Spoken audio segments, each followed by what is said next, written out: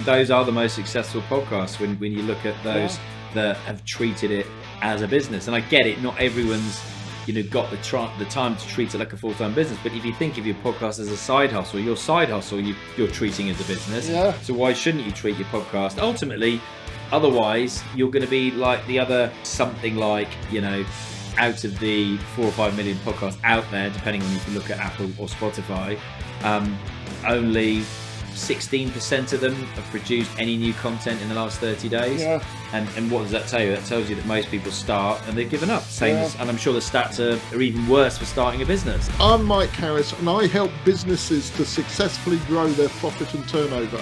In the last year alone, I have helped over 20 companies at least double in size.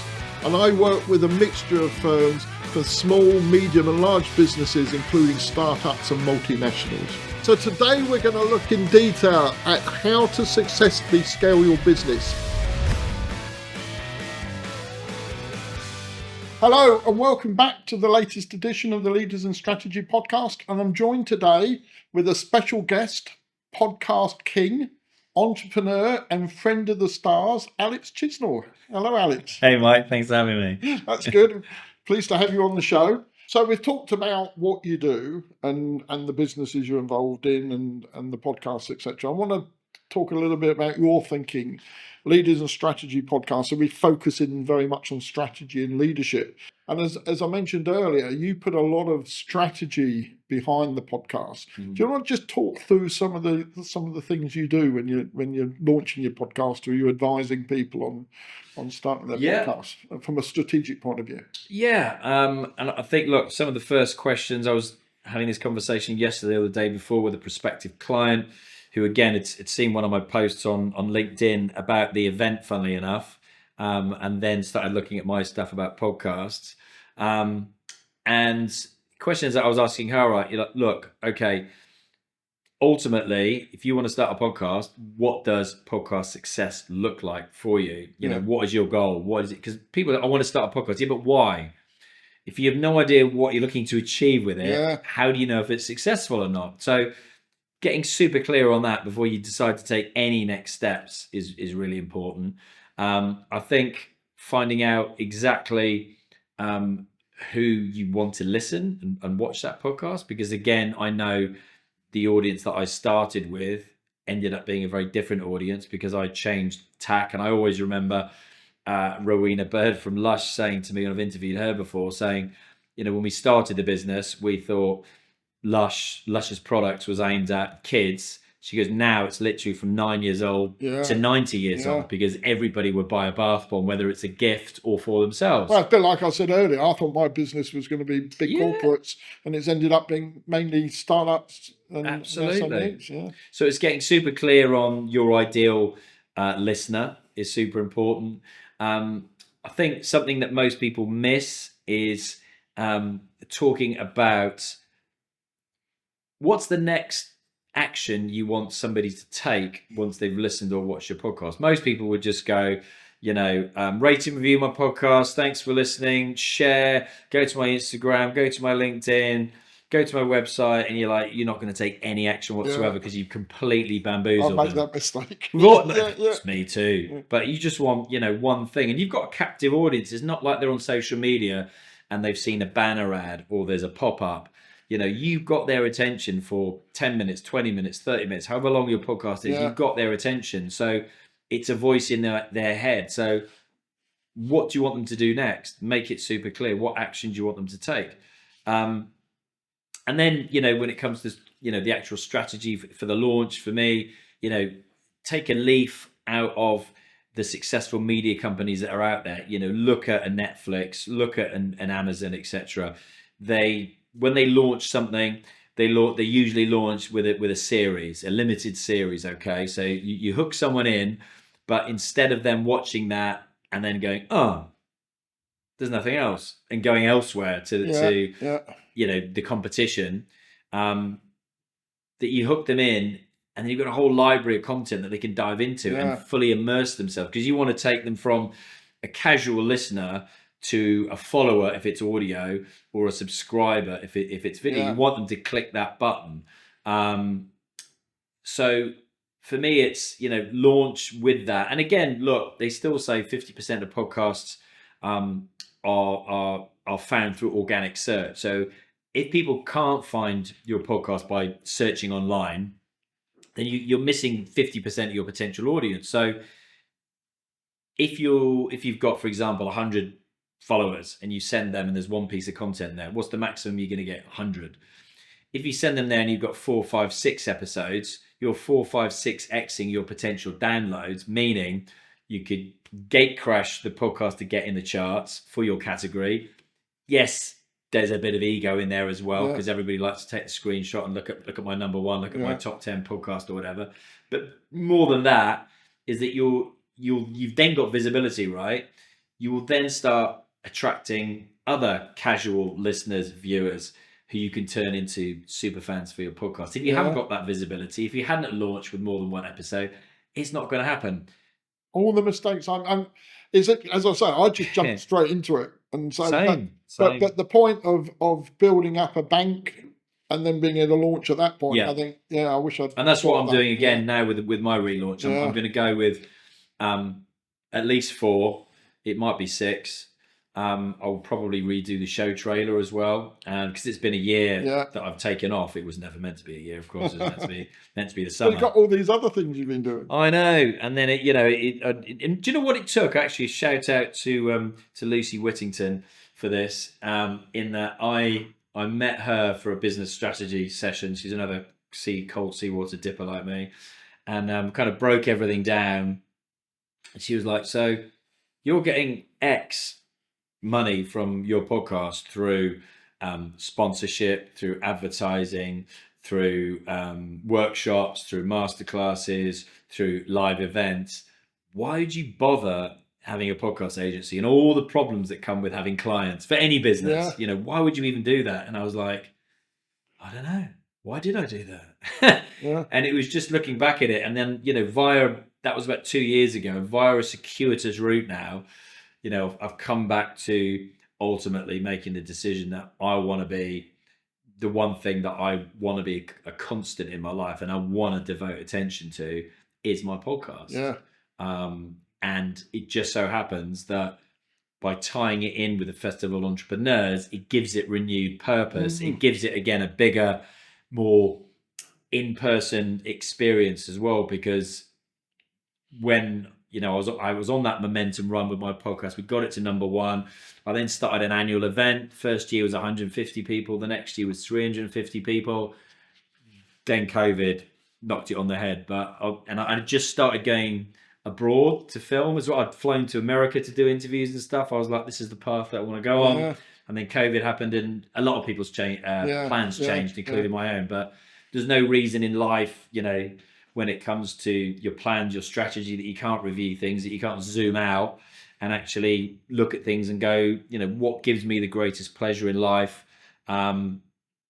Let's revisit that. Let's reprioritize it. So you're top 1% global podcasts.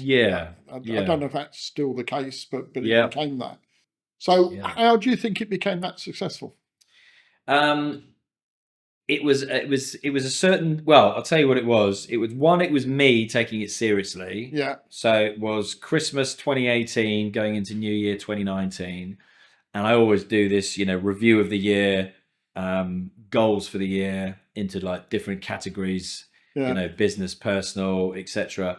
And my number 1 goal for that year was to get my podcast to, because look, of all the things I was doing at the time, my most favorite thing was my podcast. So I was like, why don't I take this more seriously? So I set it as a goal to get it to number 1 in the UK by the end of that year.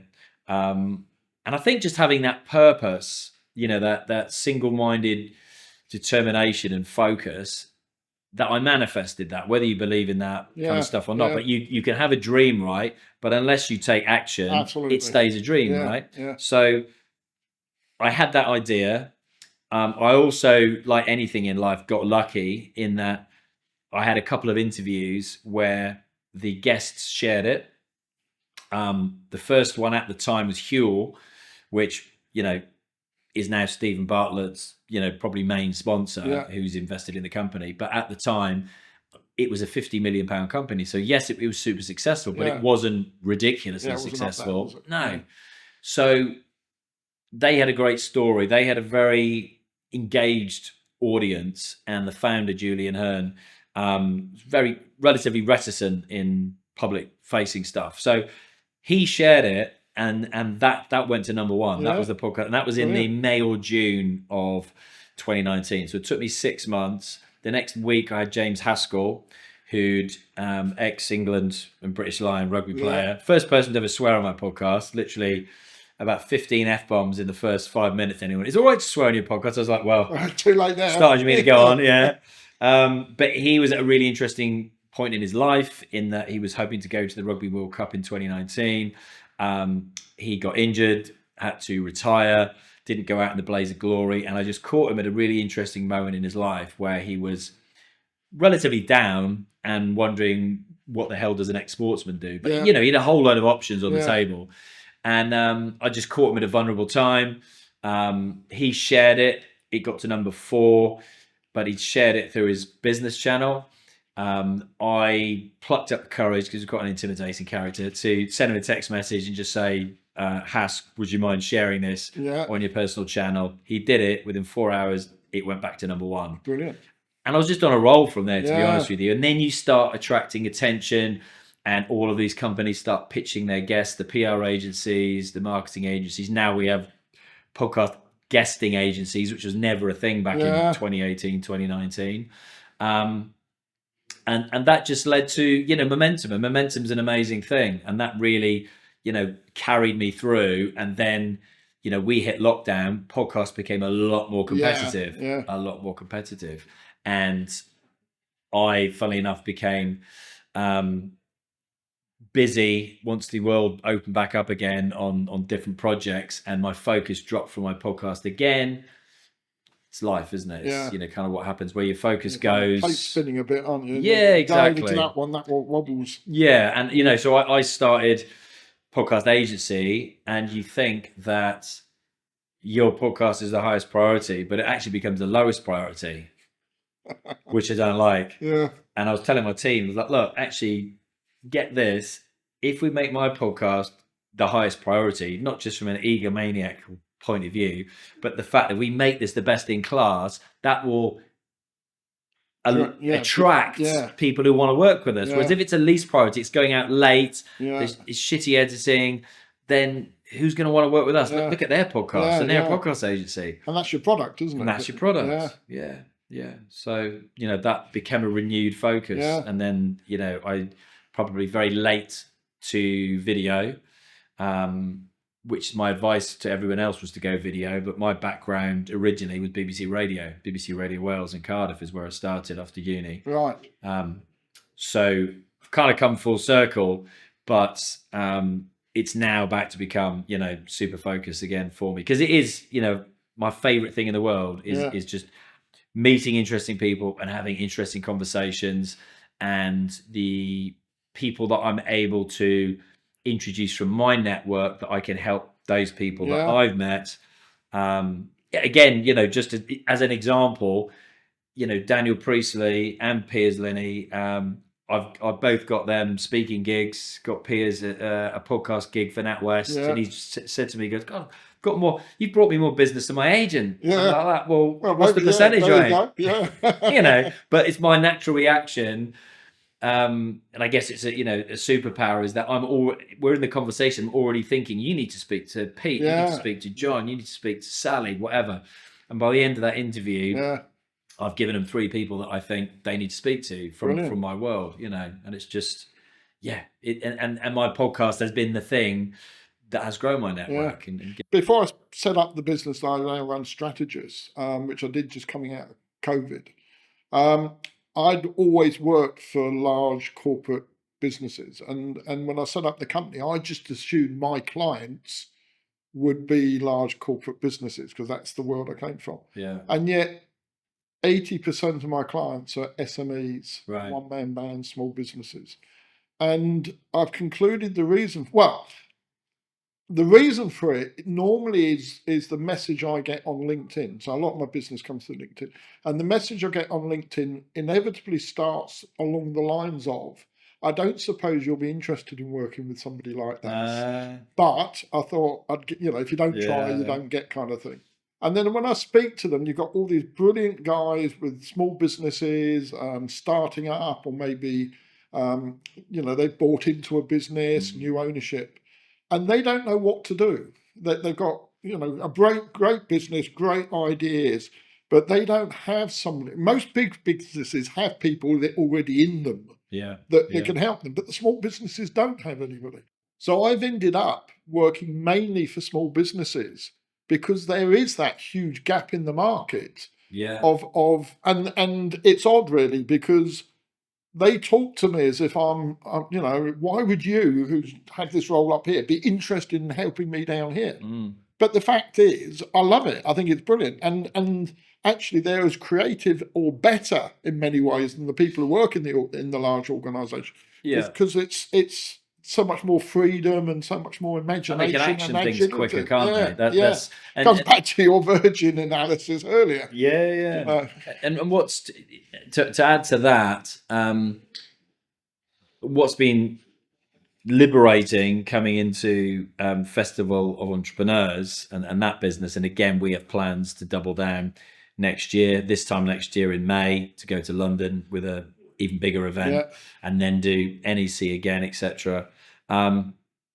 It's been the fact that for the first time in my life since I left Virgin on the 9th of the 9th, 2009, I'm not a solo founder anymore. I saw you posted on LinkedIn. And it's just it's like a weight off your shoulders. You've actually got someone else to speak to, because otherwise I'm just probably using my podcast. Like when I had Daniel Priestley on last year, I was like, right, okay, if you started a business from scratch now, what would you do? Break it down. If you were building a personal brand from scratch now, what would you do? Break it down. And it was just him telling me stuff, and then me going, but in my business, it was like I'd paid for a £50,000 mastermind, because I'm sure that's what he probably charges now, having been on, the only person to have been on Diary of a CEO more than twice. I think he's been on about 5 times now. It's and he for me is the GOAT without a shadow of a doubt. He's just able to distill things so simply that you can understand. He seems to literally be a walking, talking chat GPT, in that he's got all of the knowledge, but manages to explain it in such an easy way. It's so important to keep it simple, isn't it? Absolutely. Absolutely. I mean, I get really frustrated. So when I do work with the large organisations and I work with them, say, on a business plan, I always say, do you have one already? And they go, yeah, here it is. And it's big thing like that. And you put it there and you've got to blow the dust off it and open it up, and you go, okay, so tell me about it. And then, well, we got a management consultant in 3 years ago. We've hardly looked at it since. And you think that's because you've overcomplicated. You can't communicate it. You probably don't believe it, really. It's a bit like a camel. It's it's happened by committee. So what you end up with is something that nobody really wants, but it's a compromise. And I think it's so important that if you've got a business plan, it can all be captured on one page, and you can put it up on the wall. You share it with everybody. You share it with your customers. And it's I get people to laminate it, stick it in the briefcase, make it a screensaver, whatever. Yeah, it's a roadmap, isn't it? Yeah, absolutely, it's a roadmap. I came across something like that. I never actually got him on my podcast in the end, but I was chatting to him, a guy called Chris Gilbert, who I think that's how you pronounce his name, who wrote a book called The $100 Startup, and in that book he had one-page business plan, and it was literally just like, what are you selling, at what price, to who, but about 12 to 15 questions in there. And I always remember when I came out of Virgin and I went to start my first business, which never got off the ground, but I just went and bought a CD-ROM, and literally spent it was ridiculous, honestly. When I look back, I probably spent at least 3 months, if not 6 months, just working on the business plan, nothing else, just working on the business plan. And it was so ridiculously overcomplicated because this CD-ROM just kept going in all sorts of directions, opening up all sorts of other things to talk about. It's irrelevant. Action beats, talking about it. Yeah. Screw it, just do it. Every single time, just try it, test it. What's the worst that can happen? You can fail. Get up, go again. Again, friend of mine, Simon Squibb, that most people I find these days, from my kids' generation upwards, they're the only person I get kudos for interviewing is Simon Squibb, because everyone's heard of him. But he's a great example of that, encouraging people to do just that. But it's funny, isn't it, that we don't practice what we preach. So I spend all my time with customers about the business plan, the strategy, how to put that together. And then I go and launch a podcast and don't do any of that. And then I come on your workshop, and the first thing you do is you're taking you through the importance of getting your plan, your strategy. Yeah. And I'm thinking, I know all of this. What am I not doing? Why? Because it's in a different business, and I wasn't thinking of podcasting like a business. And therefore I've had to take a step back and apply my own thought process that I would do within business to the podcast. And you should. I mean, and I think those are the most successful podcasts when you look at those that have treated it as a business. And I get it, not everyone's got the time to treat it like a full-time business. But if you think of your podcast as a side hustle, your side hustle you're treating as a business. Yeah. So why shouldn't you treat your podcast? Ultimately, otherwise you're going to be like the other. I can't remember the exact stat, but it's something like out of the 4 or 5 million podcasts out there, depending on if you look at Apple or Spotify, only 16% of them have produced any new content in the last 30 days. Yeah. And what does that tell you? That tells you that most people start and they've given up. And I'm sure the stats are even worse for starting a business. Yeah. Or going to the gym are going to be even worse. Yeah, all of those things. Yeah. Most people who buy a gym membership never go. No. My wife literally said that to me last night. She goes, I've got a gym membership. I was like, have you? You never told me. She went, yeah. I said, how long have you had it? She went, a month. I went, when have you gone? She went, I haven't. I went, you're their ideal customer. Exactly. Yeah. Absolutely. They can sell another one off the back that they know you're not going to turn up now. They're going to go, yeah. Always finish the podcast by setting homework. Now, this might be me giving people too much to do, but I set some homework anyway. And as you're with us today, it'd be great if you could set the homework. So for our viewers and listeners, what piece of homework would you set for them to take away and do after the podcast? I like it. Okay. So being teacher for the day, I'm going to say, if you're thinking of starting a podcast, I'll give you a little exercise to do. Because some people will come to me and they, like the lady yesterday, knows exactly what she wants the podcast about, exactly the purpose of that podcast, who she wants to reach, all of those kind of things. Other people will come and they have no idea. They just have this overwhelming desire that this is the vehicle for them to get their message out to the world. So look, storytelling is super powerful now more than ever, I think, in the world, to make you stand out. And everybody, whether who's watching or listening, you have a story that is individual to you. Yeah. Nobody else has the same story. Nobody. It's impossible. So easiest way to work out what you want to podcast about for me is you literally get a blank sheet of paper. You put a line down the middle. So you got 2 columns. On the left-hand side, I want you to write down everything that you're passionate about. Okay. And for me, that could be things like podcasting. It could be stuff we were talking about beforehand, rugby, American football, swimming in the sea, running, whatever it is, family. Put it all down there on the left-hand column, okay? Right-hand column, I want you to put down all of the things where you have a degree of expertise in, I should say. By that, I don't mean you're an expert. I mean that you're one step ahead of the people that you are going to teach. So you end up with 2 columns, right? What you're passionate about and what you have a knowledge about. And for me, you're then going to get a pen and you're going to draw a line and you'll connect the things that will match up. So I'll give you an example. I'm passionate about podcasting. Knowledge, I'm a podcaster. I have a college about podcasting. I have a company about podcasting. I have works about, I could do a podcast about podcasting. Yeah. Up until last year, I didn't have a podcast about podcasting. I could also do rugby. I could go, I'm passionate about rugby. I have a coaching qualification in rugby. I'm going to do a podcast about rugby. Yeah. So that's the kind of exercise that I think everybody should do. And you'll end up with a bunch of things. Okay, you might end up with 3, 4, 5 things that you could podcast about. And then it's an exercise of then thinking about it for a weekend, going, actually, could I talk about rugby for the next 10 years? Could I talk about podcasting for the next 10 years?